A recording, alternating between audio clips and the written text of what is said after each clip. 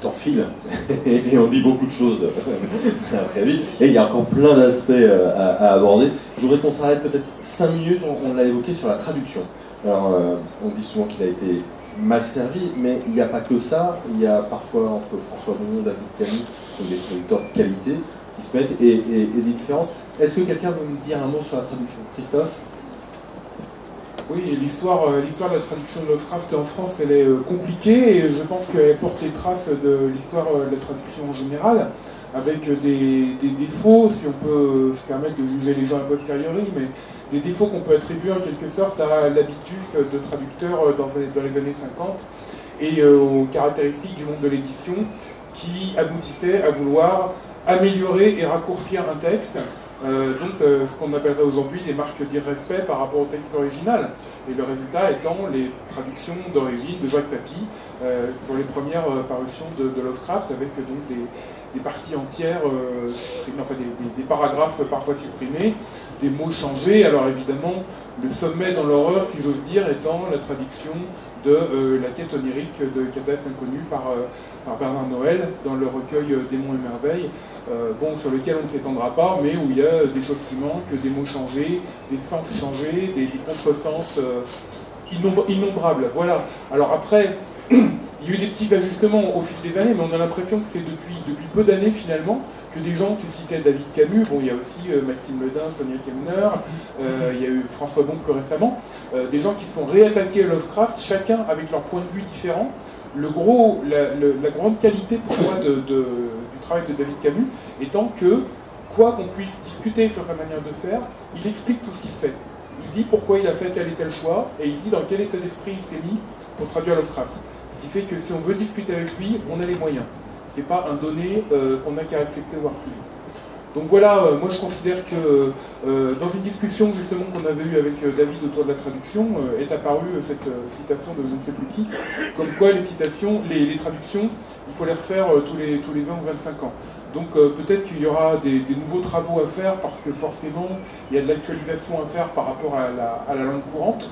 Même si on veut garder l'esprit original du texte, il faut lui garder une certaine actualité dans cette traduction. Donc j'ai envie de dire que tout ça c'est une histoire en devenir. Je crois qu'il ne faut pas être trop dur avec les premiers traducteurs, parce que je pense d'un seul coup à François Truchot, qui s'est mis d'un seul coup à tout traduire Howard, qui est un contemporain de Lovecraft que tout le monde connaît, Howard, le grand créateur de l'heroic fantasy avec Conan, etc. Oui, c'est malheureusement pas ce qu'il a écrit de mieux, mais Howard était un ami très proche, très proche de Lovecraft. Il a eu un chagrin fou quand il a appris son suicide. Ce que je veux dire par là, c'est que Truchot a fait des erreurs invraisemblables de traduction pour certains textes de Howard, mais d'un autre côté, il a réussi tout de même à communiquer une sorte d'enthousiasme par rapport à des nouvelles générations.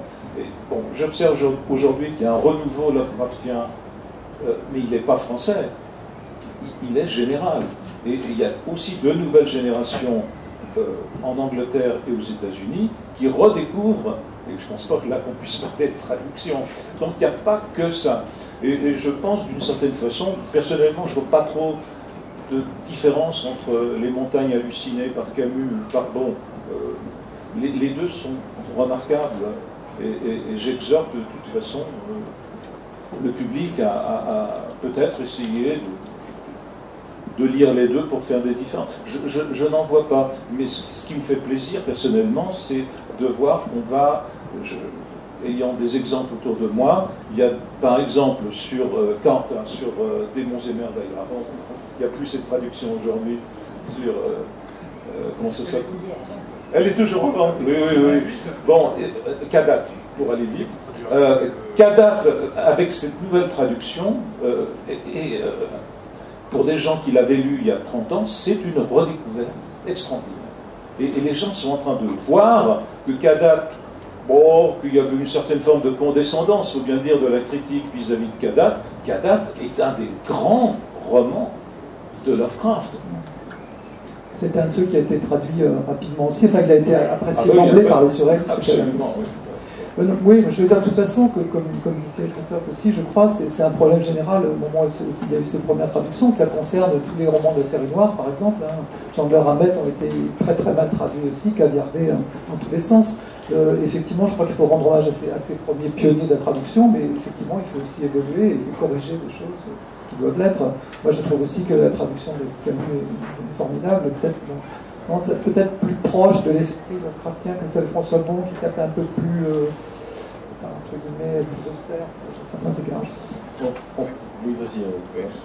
Oui, puis même en règle générale sur la traduction, c'est ce que tu as dit aussi, il y a le fait qu'il y ait eu une première traduction et qui est malgré tout moteur de rêve pour tous ceux qui l'ont lu.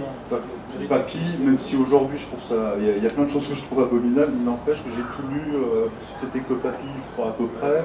Donc voilà, j'ai découvert comme ça, ça m'a pas empêché de Papy qui m'a... C'est dans le nom, c'est drôle d'ailleurs, c'est notre grand ancêtre.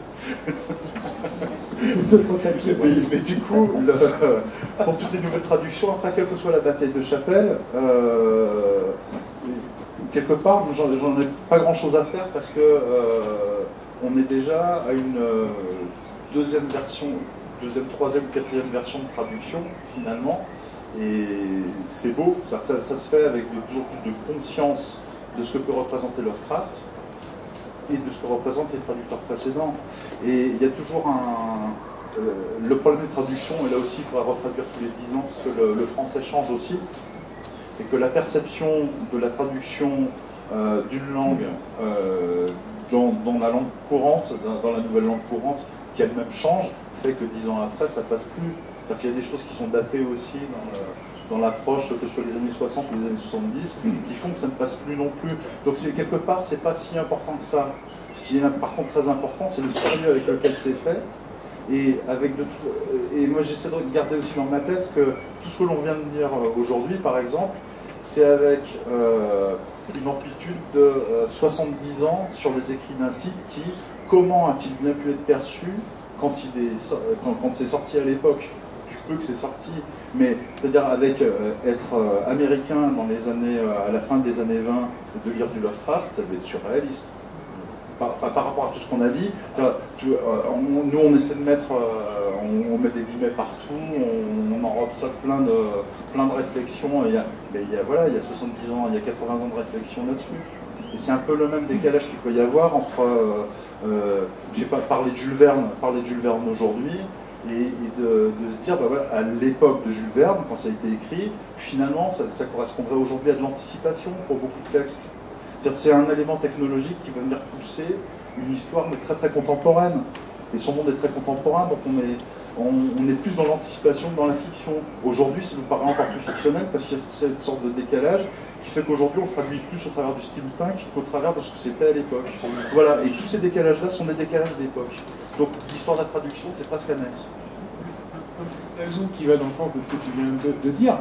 Il faut se souvenir aussi que quand les premières éditions de Lovecraft sont traduites en français, Lovecraft est quelqu'un dont on ne sait quasiment rien.